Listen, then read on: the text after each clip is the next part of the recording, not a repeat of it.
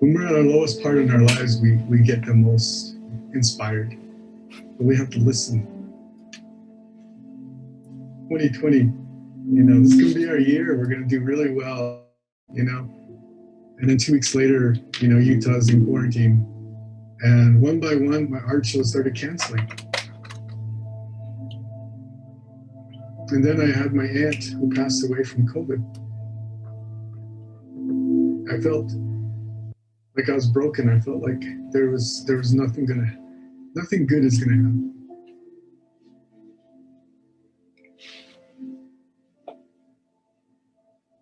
I had a dream. I was sitting in Yellowstone in a grass field. And on the horizon, there was a herd of bison and they were just grazing. And I was just sitting in the tall grass and it was so tranquil. And I didn't want to leave. All of a sudden in my dream, I heard jingles. They started coming. And all of a sudden I looked up and I saw all these beautiful jingle dress dancers. And they just started dancing with the bison.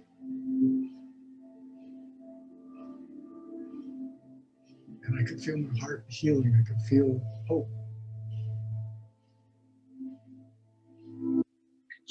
And when I woke up, I shared my dream with my wife and my daughters. And I said, I think this is what we need to do.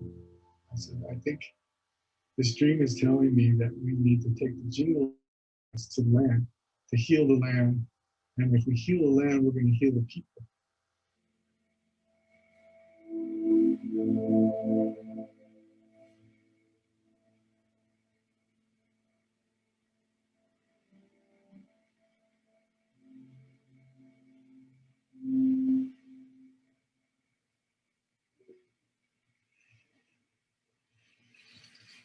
At the beginning, we just had Aaron and Dion, my daughters, and I said, if we could get 2 more jingle dress dancers, then we would have 4. And a 4 would represent the 4 worlds in our culture as being Navajo. And so that's when Sunny and Joannie McGay, they both came into the picture.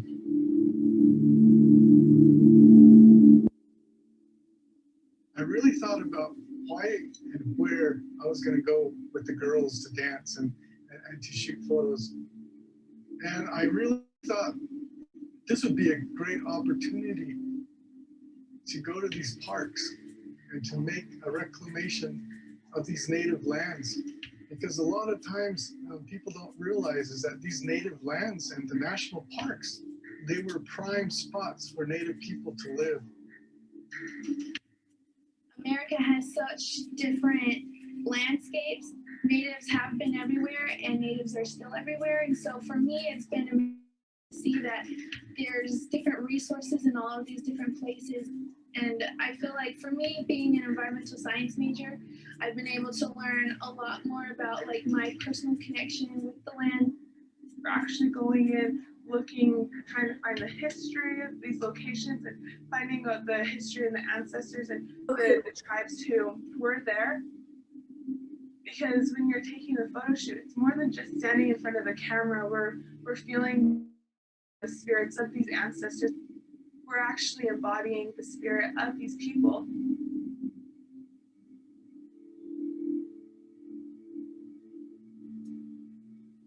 Art comes from down deep inside us, in our hearts, and who we are personally. And it's the same thing with how we incorporated what we've done. I mean, we don't have just photograph art, but we have the art of dance. We have the art of music. The art of nature.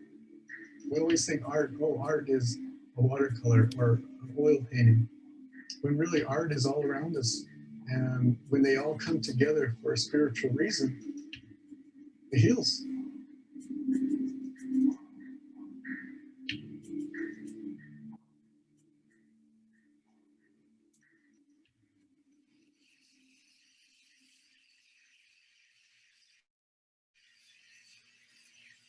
There's no way you can be quiet in a jingle dress. It just calls for attention. And everywhere we went, that's what it did. We had 4 girls in jingle dresses. There's no way those four girls could just walk quietly. That's just kind of posed right in the middle.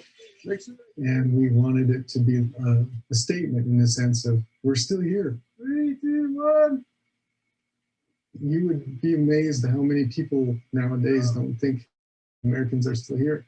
I've heard so many comments of like, oh, do you live in a teepee? Oh, I didn't know you still exist. I only read you in history books. We want to be treated as human. We want to be treated as equals. We want to be treated as we should be, with respect and dignity. And we're not. 3, 2, 1. We weren't quiet in what we were doing. We tried really hard to make a statement wherever we went. There we go. That's good. Okay, with the eyes open now, okay? Okay. All right, here we go. I feel like it was just an experience that I've had to have, like, this point in my life right now, and I've learned a lot from it. I felt more empowered. I felt more connected to the community. I feel I'm more confident in sharing the things that I'm passionate about, like Native rights and representation. I could see how much confidence they gained, how much empowerment they had, how much more respect they have for their culture and their traditions and for who they are. I told my girls, I said, from the moment you took your first breath into this world, you already had 2 strikes against you. 1, you're a female. 2, you have brown skin.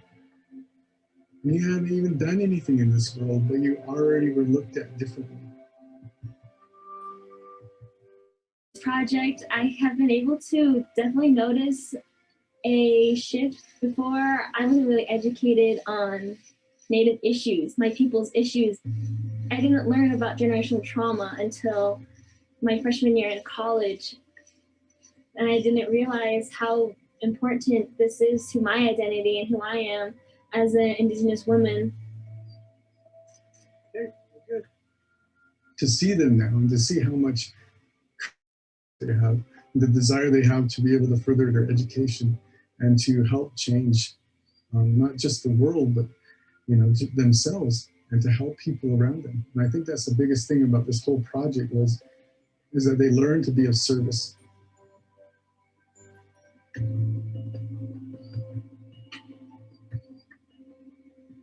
I realized as I was picking up one of the dresses and I put my hand on one of the jingles and I shook it. That one jingle didn't make any sound. And it really hit my heart and my mind in the sense that it was a huge metaphor. One jingle doesn't make a sound, but together they have the power to heal.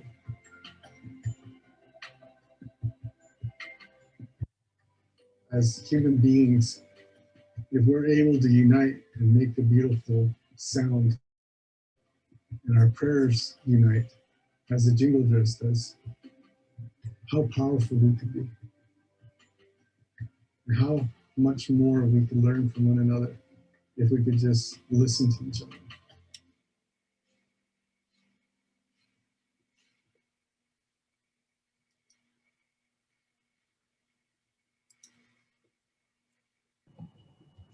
Thank you so much for sharing that.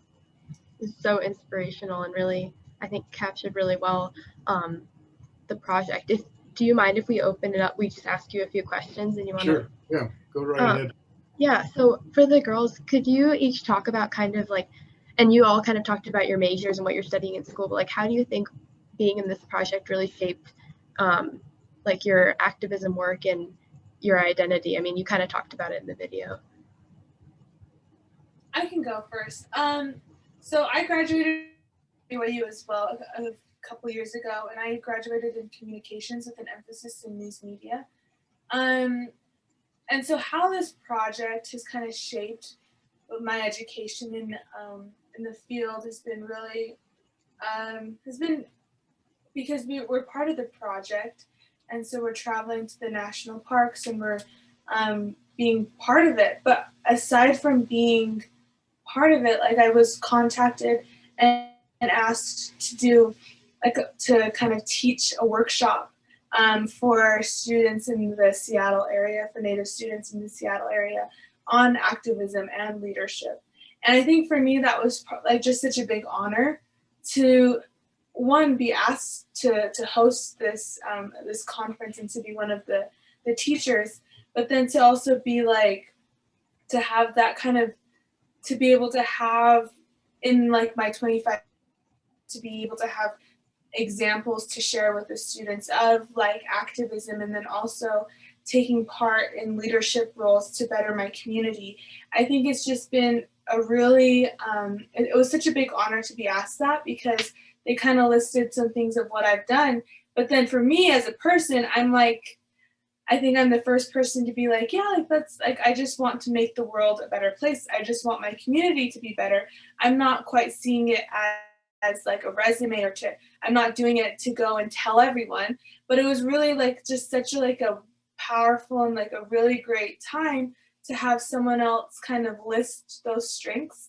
And I think that's what's been a really great part of being part of this project is being able to kind of be on a little bit more public platform to be able to speak on various topics that I'm passionate about, and that to be able to have an audience that people are actually listening to, because it's different learning about this in a history class, and most people aren't really like, they hear history and they kind of close their mind, but then being able to have this platform and being part of the Art Heals the Jingle Dress project, I'm able to bring in history and all kinds of things that people might have kind of just turned their mind off because they might have thought it was boring, but then to have it combined with the beauty of the images and the story of the project has just been incredible. So for me, I studied environmental science throughout school, and it really started when I had the opportunity to go to the No Dapple camps in 2016. And before that, I was studying public health. And I think I wanted to do more of like a medical route, like go to med school and stuff like that. But then when I was there in South Dakota, North Dakota, I realized that what I wanted to do was to protect the environment and to protect the land. And ever since then that's why I wanted to study environmental science. And for me and this project, being able to relate it together to my studies, a lot of the times, so in the video it said that we were doing like land reclamation with all the national parks and the places that we've been visiting. And for me, it's been really important to recognize that the land that we are on, the land that everybody is on, is Indigenous land, and realizing that we have such a strong connection to the land that not a lot of people understand or have experienced. But for me, my personal connection with the land is more intimate than just this is where I live and this is what I see, but it's more of like how I live, more of how I am able to be grateful for what I have and grateful for all my ancestors that had walked the land before me. And so I think for me, being able to be an activist for environmental activism and for protecting the land and for giving land rights to Native people is important for me. And through this project, I've been able to stand for environmental activism and to be able to focus on Native rights with land and stuff. And so for me, this is how I was able to accomplish it through the project. For me, I studied political science, and I think there's a lot of what kind of pushed me in that direction was there being a lot of issues that happen when it comes to tribal law and federal or state law, and it kind of affects a lot of with like the infrastructure. It has a lot to do with how Native people have issues like poverty, homicide rates, violence, different kinds of things that, health issues, things like that. And so my interest was to kind of look at it from a perspective of understanding, well, what is the system doing to help, or how is a system perpetuating that kind of behavior or those types of issues. So And since today is National Awareness for Missing and Murdered Indigenous Women, I think when it comes to a legal standpoint, there's a lot of issues that go into tribal sovereignty and the federal government, and state law, of course. And so I think this project has really pushed me more into the direction of helping people to understand these issues a little bit more, because they can be complicated, and a lot of people aren't even aware of them. So I think it was really cool that through our project we've been able to bring awareness to these types of issues that pretty much like plague Indian country, and we're doing it in a way that is beautiful and so yeah. Yeah, that's the one thing you need to understand too, is that we first started this project, we didn't know that it was all of this was gonna happen. We didn't know it was gonna give us a platform to be able to share Native issues. We didn't know how big it was gonna really get, and how many universities and colleges have asked us to come and speak, and even just what we're doing, like the girls said, I mean, giving us a platform and giving us a chance to be able to be heard, not only in the Native community, but non-Native communities also. And so I think that's the thing that's really cool about the whole project, is that, like Sunny said, we're doing it in a beautiful way. We're trying to do it in a healing way. And so when we started, that's all we wanted to do. We just wanted to create something that was beautiful and that could unite people and protect the land, and and heal the people, kind of things.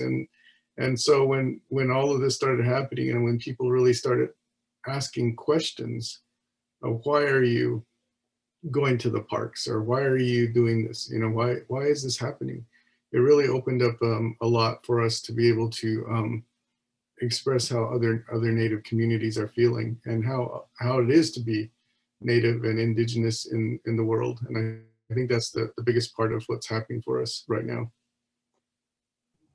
That was kind of going to be like my next question for you. And I know in the video you kind of talked about, and kind of the basis that I understood it previously was the healing idea with, healing through art, like you were talking about, and how it connects to COVID. And so I guess my question is kind of, and you touched on this, but how it developed into a platform for you all. Could you kind of talk about how, like, where you started with the project, and then all the opportunities that have do you feel like this has helped you spread awareness for missing and murdered Indigenous women, even though that wasn't the original intention necessarily? So at the beginning, it all stemmed from, like the video said, from a dream I had. The dream was to take the healing power of the Ojibwe jingle dress dance to the land, and for the girls to be able to dance on the land, and to help. And at the time, it was the same thing. We still, a lot of environmental problems, and the climate and everything that's happening. And so we took the opportunity to go out and dance the jingle dress dance on the land, to be able to bless the land and to heal the people during COVID. And along the way, as we were doing this, we were doing this in secret, because we didn't want people to realize or think that during the pandemic that it was safe to travel.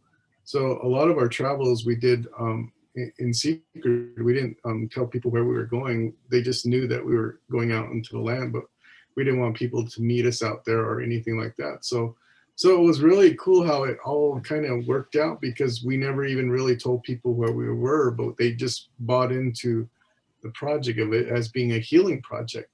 And so at the beginning, that's how it started. And along the way, before, like in 2016, like Dion said, when Standing Rock movement started, that's when I really got involved with the MMYW. So people don't realize that in 2016, when Standing Rock started, they started defending their land from the pipeline, that they had to find reasons of why they didn't want the pipeline, besides it going through their land, besides the construction. They had to figure out, okay, how is it going to socially affect the people there? We need to have other reasons besides it's going through our sacred land. So they got a lot of people together, and we all started trying to do research and figure out how is this affecting the people besides it getting in the way of the land and everything. And one of the biggest issues was the man camps are associated with the pipeline. People start realizing that girls and young women were starting to be missing when they start construction of pipelines.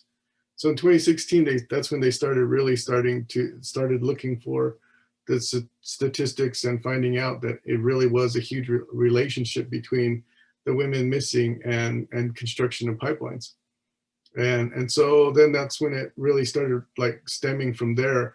Earlier in 2014 is when, like, May 5th is Hannah Harris's birthday. In 2014, she was missing for a long time, and a lot of issues happened from that one case, and that's one of the reasons why we're doing what we're doing today. So it kind of, you know, evolved through different channels before it actually came to the forefront. And the great thing is with social media, and I think that's one of the big happened at in Standing Rock was the Native people finally had a voice. We finally had a big enough voice on social media that we were actually being heard. And so I commend social media in that way, that it actually improved the problems that as Native Americans we have. And so that's kind of how I guess I was involved in the MMIW, in the sense of that before this project, Aaron and I, and we had already done stories. We had already done things with the Standing Rock movement.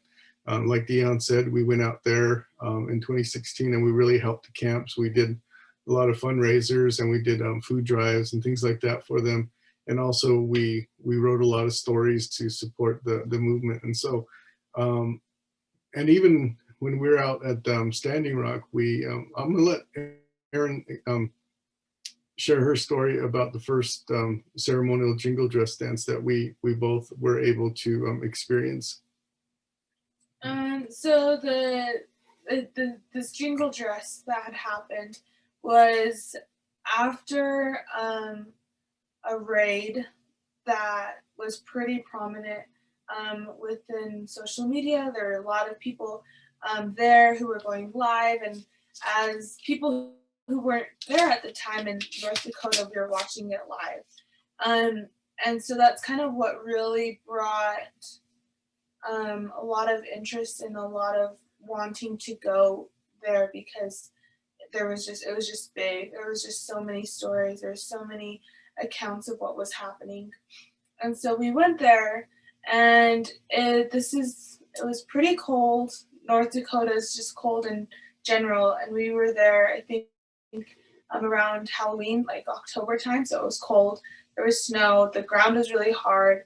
And so we're there, and then all of a sudden we just see these, like, a whole bunch of cars, and we see people just walking on the road, and we're kind of figuring, like, oh no, like, what's going to happen? Is there going to be another raid? And, like, what, like, trying to figure out what was going on, because it seemed like everyone knew what was going on and we didn't.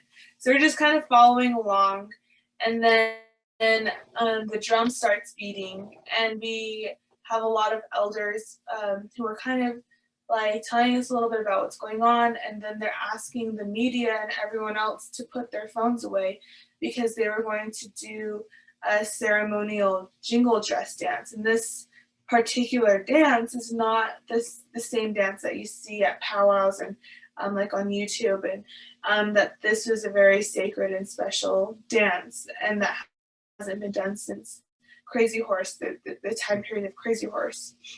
And so everyone was really respectful, put their phones down. But then this other elder, she was saying, no, we need this broadcasted. We need people to know what's going on. We are not the only ones here who need healing.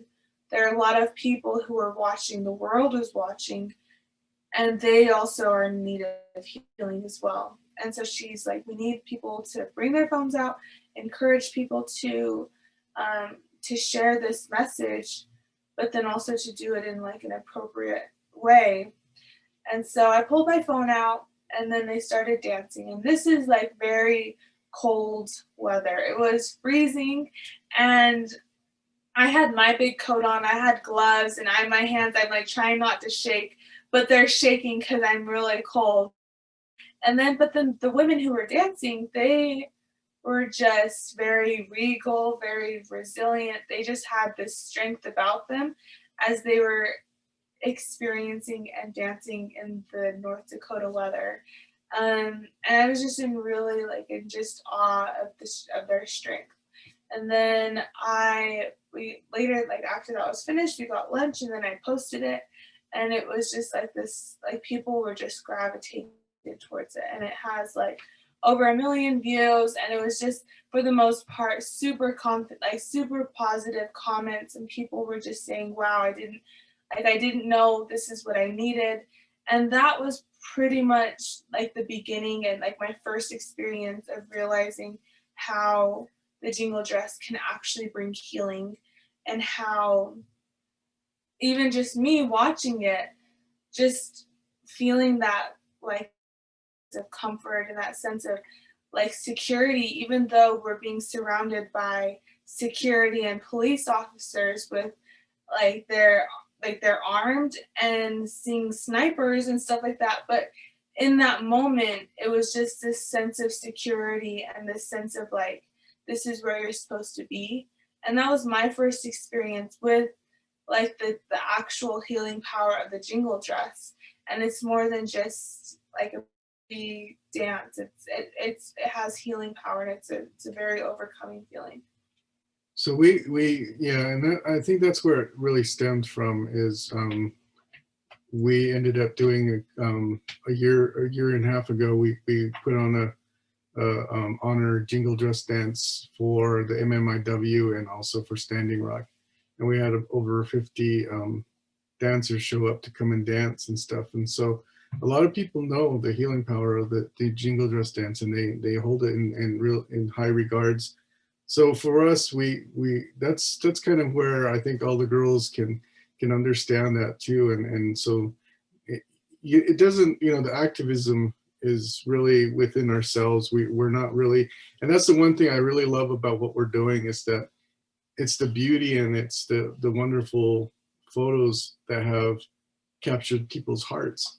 And I always tell people, all our hearts are in the right place and we're all thinking about love and unity, then it makes it easier for us to talk about issues that we don't want to talk about.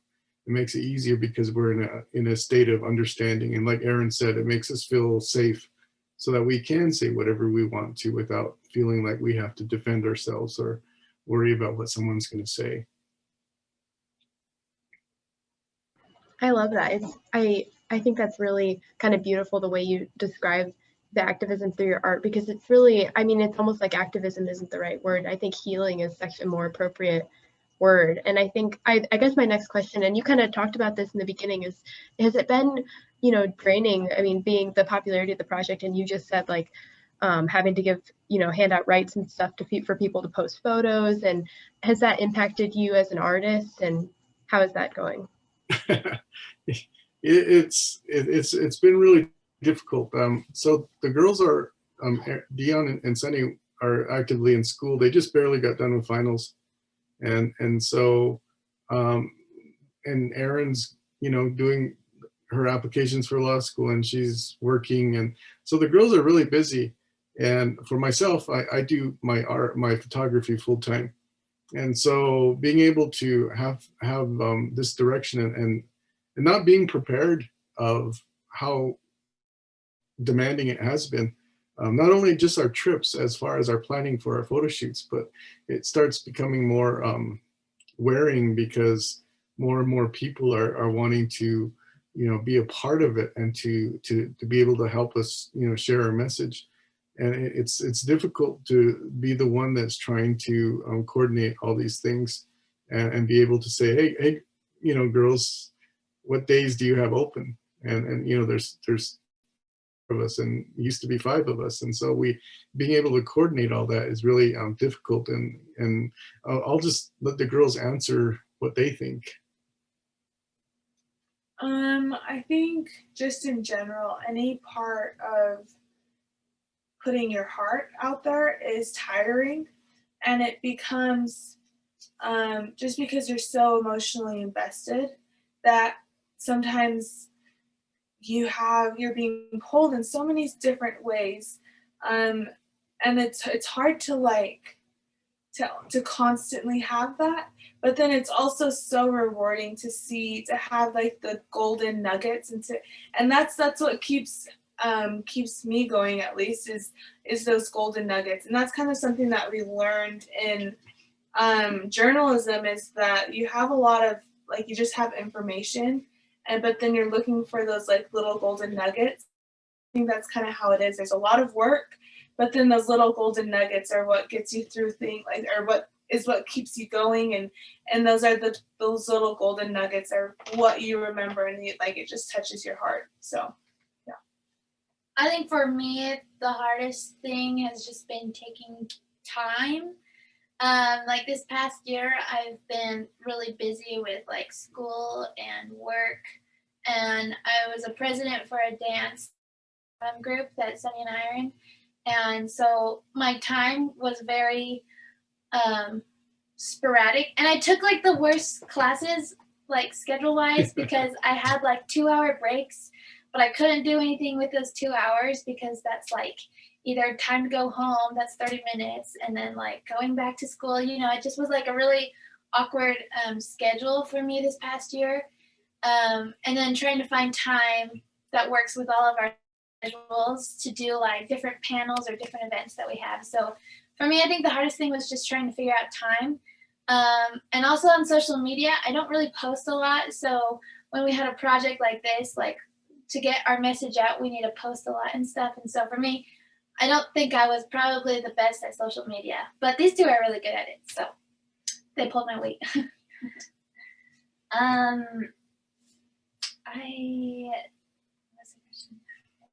How has it affected your life? Okay. Yeah, like the planning and all this. Has it affected? I would say probably finding time and trying to make sure that if there's more I can do, like what can I do? Like not really feeling like, oh, I feel fulfilled, like I did everything here, but I always feel like there's more that can be done.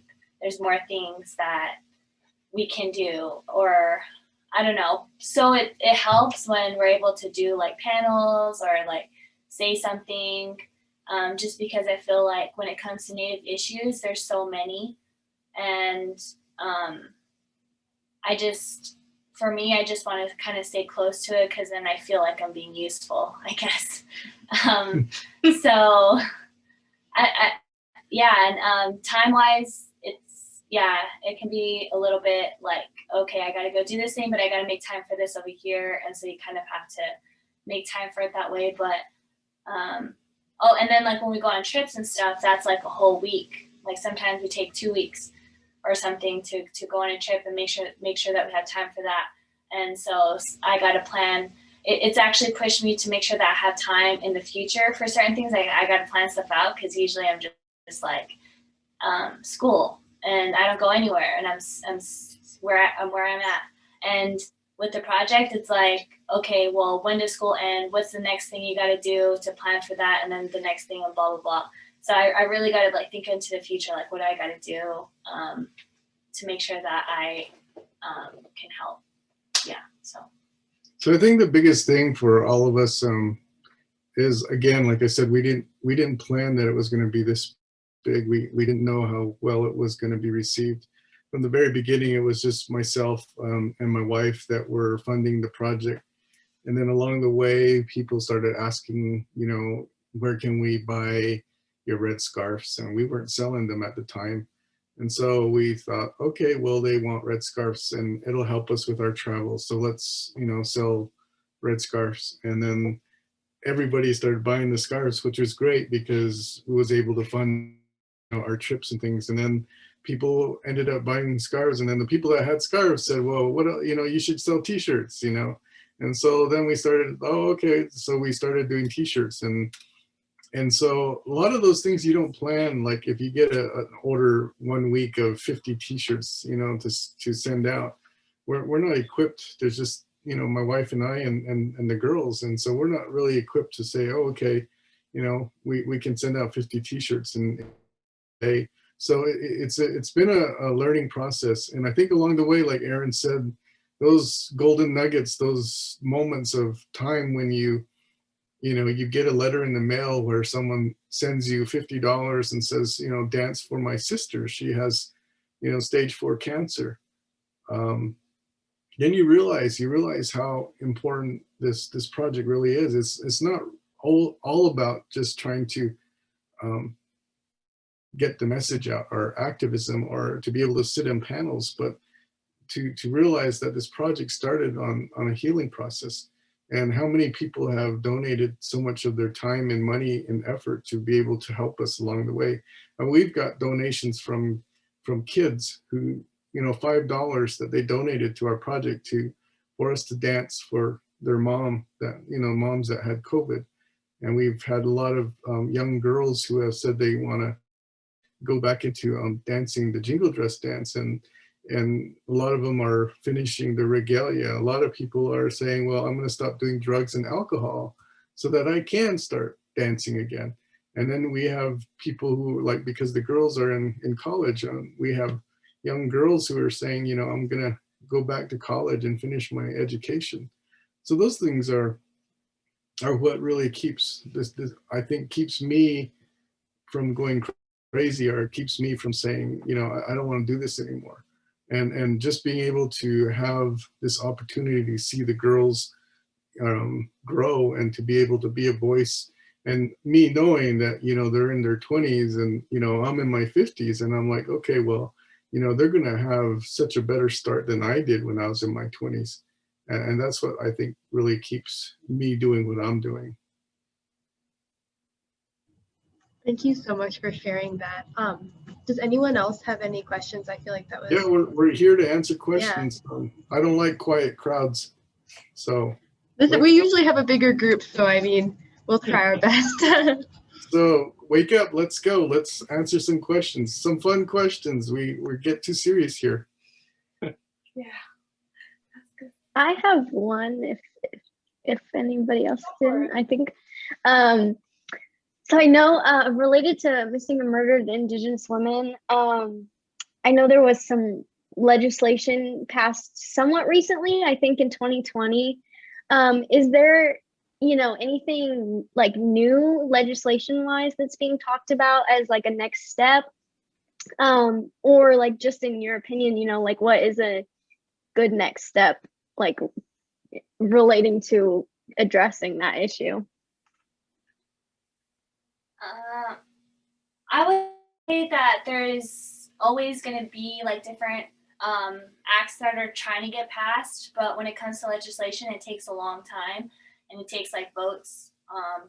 And the issue, I think, when it comes to passing legislation that's going to help with the issue of missing and murdered Indigenous women is that it comes to policy. So when it comes to missing and murdered Indigenous women, I think that the biggest issue when it comes to law is that the United States is really hesitant about giving tribal governments more sovereignty and jurisdiction to prosecute non-Native offenders on Native land. So I think that the reason why it's such a big issue is mostly because of that. You know, they have statistics like there's over 5,000 cases that were reported in 2016, but 112 of those were actually logged into the database. And so issues like that come down to like funding, they come down to sovereignty, jurisdiction, and I think that I think when it comes to tribal sovereignty, people highly underestimate why it's so important for Native people to be given more sovereignty so that they're able to prosecute these offenders, because it makes Native women super vulnerable, especially Eugene was talking about man camps, they're actually targeted because they're not going to get prosecuted, or there's a very low chance that they will be prosecuted. As far as like what's the next thing, I think a really good resource to follow, if you don't already follow, is Secretary of the Interior Deb Haaland. She just she's head of that department now, and what she's doing is trying to address those issues, get more funding for data collection and resources for Native women. So that's something to look out for. And then I think the most recent one that was passed was the Savannah's Act, which happened a couple years ago. And I know there's like one or two still trying to get passed, but I'm not too sure about which ones those are and what they do exactly.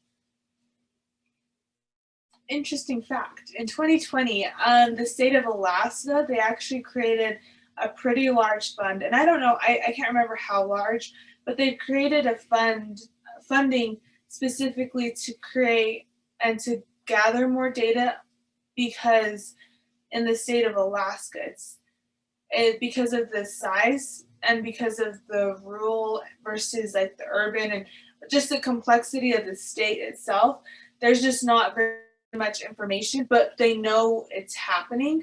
And so they've created this fund, and they've made it more of a priority. How much of a priority and when we're going to see those results, we don't know.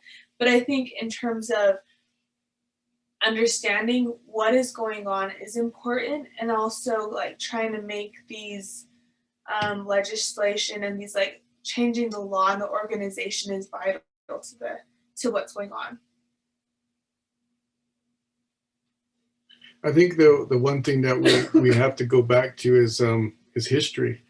The biggest part is that in 2014, when Hannah Harris was missing, the authorities, the non-native authorities, didn't want any part of it, because they just thought it's just she was a runaway, or your family is broken, and or there's alcohol, you're alcoholics, or you don't take care of your own family, or things like that. Those social racism that happens because we're native come into mind. And so a lot of times they just go to the wayside, and they're not even like the police, they don't even follow up on it. And that's the thing that's really, really difficult on a lot of the issues here, is like, even if it was like on the Navajo reservation, if there was a white girl who was missing on the Navajo Nation, on that land, which is sovereign land, and in a sovereign,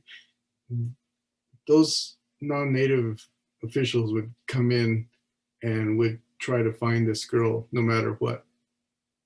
But if there's a native who gets lost in the same area, the same place, we are the ones that have to go out and find them. It's the families that have to go and try and find where they are.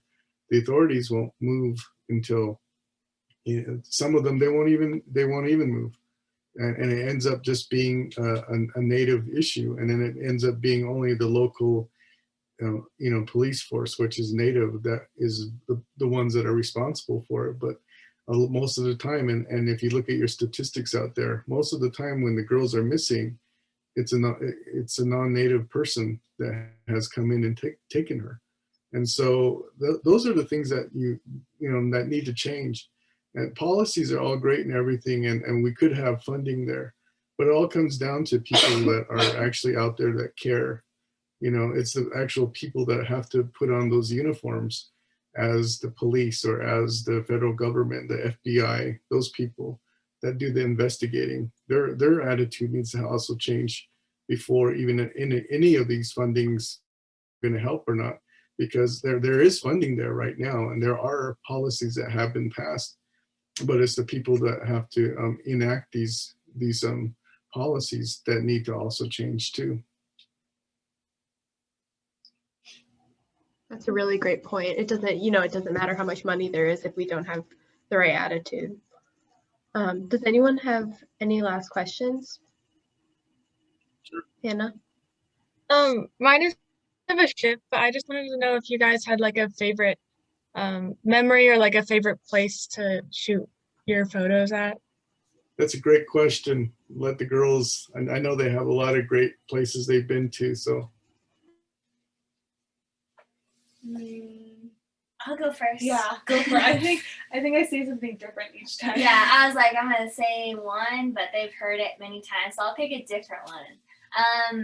My favorite was probably going back to the Navajo Reservation. We went to Monument Valley, and it was really cool because we got up super early before the sun came up, and so on our drive to Monument Valley, the sun was coming up, and it was just really beautiful.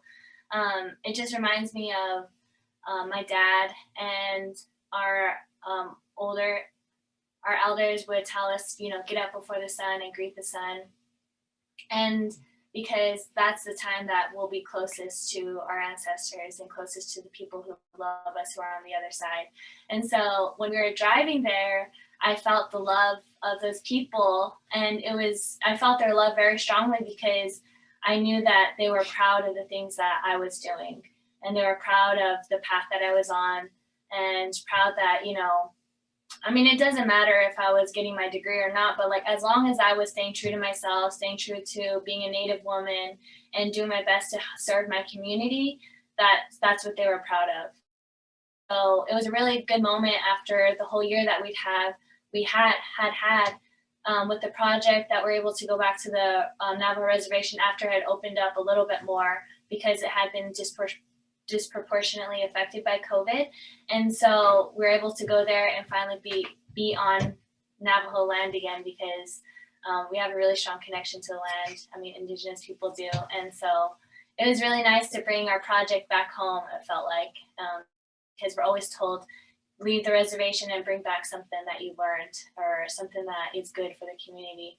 And so that's what I felt like we were doing. And so it's just a really special moment for me. I think one of my favorite places has been when we went. So when you're in Minnesota and the Twin Cities area, we were driving so long the night before. We got in at 4 a.m, and then we had we had to be at a photo shoot the next day at 9 or something like that. So planning logistically, 9 o'clock it seemed pretty good, to wake up at 9 and to do the photo shoot. But since we got in really early, we were really tired, and it was kind of cold, and when you're tired and you're cold and you're your body just starts aching and stuff. And it was kind of a rough morning. We're just all quiet and trying to putting our regalia on and stuff. But then to see we were still social distancing, masks on and stuff.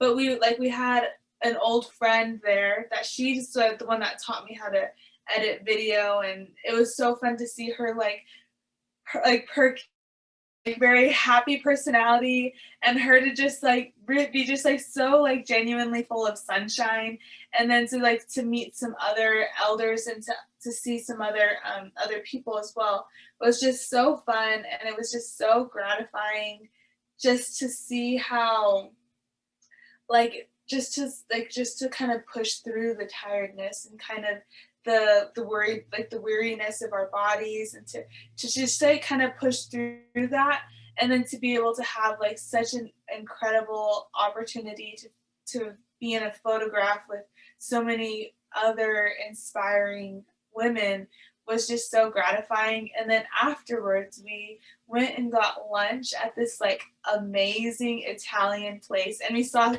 so we said our byes after the photo shoot, and then we went to the same little Italian place, and it was just this I had a Diet Coke, and it was just incredible caffeine, and it just was I felt like I was on top of the world kind of a thing. It was so good. And I think that's another thing, you see the photos of our project, but behind them it's just fun, we're laughing and stuff like that. So it was definitely a very blissful and blessed day. I think one of my favorite places was when we went to San Francisco. So we have a friend who lives out there, and he works for the newspaper, San Francisco Chronicle. the San Francisco Chronicle. He works for that, and so he was able to show us around San Francisco, which at the time is like usually really busy. But when we went, it was like there was like nobody in the streets. We only saw like a few cars driving, so it's kind of weird. But it was really fun to be in. And when we went to the Golden Gate Bridge, we actually saw some people who recognized us for like the first time, because a few weeks before we went on our trip, there was a YouTube channel or YouTube video that came out with us called Native Reacts. So if you want to go on YouTube and look up Native Reacts, Patrick is a Navajo. We did a video with him, and so it was kind of funny because when we were at the Golden Gate Bridge, like there were these people that were like staring at us, and then like finally they came up to us and they're like, "Hey, are you guys the Jingle Dress Project?" And we're like, "Oh my gosh, OMG! Like you guys are them!" And we're like, "Yeah!" And it was really cool because at the time, like my dad said, we weren't telling people where we were going, just to keep as safe as we could for us and for other people. So it was cool because we actually saw some people and we saw some fans. So that was really fun. And it was kind of weird because it was like, oh, there's people who are actually watching like our stuff. Like they're not just like random usernames on social media. or a number. So it was really cool and it was fun to be able to talk to them. And turns out they were Navajo and they were from the same reservation as us. So that was cool. I think for me, I think every time we get to a location, because I'm usually the driver, and we've driven all the way to the East Coast, and every time it's hard. It's a hard travel. It's a hard travel for all of us because we try to stay socially distant. We try to stay to ourselves, and at times we want to be like tourists, but we can't be because of the pandemic. So to me, I think everywhere the girls have danced on the locations are my favorite times. To be able to hear the music and to hear the jingles and to feel the spirit there and to know that our ancestors are dancing with them and that they are there with them, that has always empowered me enough to say, okay, a 10-hour drive is nothing, 15 hours on the road and won't be anything. So for me, I think that's the beauty of the whole project, is to be able to see the girls dance and to be able to be a part of that. And I think for as a photographer and as an artist and as a journalist, it really helps me. Those skills actually help me to be able to better the world. And I think that's the part that I think the girls are starting to realize too, that through our efforts, we have been able to do something special. And I think that is going to be, I always tell people as artists, when we think of things, we always have this one project that's going to happen in our lifetime. And we're going to live that project. And when the project's over, you're never going to get to that pinnacle again. It's always going to be one project that's going to define you as an artist. And I feel like this probably is going to be that project. But, I'm only 50, so I still have lots of life left. So I kind of feel like I'm just grateful and blessed that I can be able to have this opportunity to be able to share this with the younger generation. And hopefully they themselves will be able to decide where they're going to go from here. Thank you so much for sharing. We're just so grateful that you could join us today with the time difference and everything. And we're going to share this recording with our rest of our membership. And then we'll also share like the link to your website and then the scarves and the shirts like you were talking about too. So we don't want to overwhelm you more. We don't have that many members, so you won't get a 50 t-shirt order from us. Don't worry. But you guys are amazing. We're so blessed to have you here today. It's just really been amazing.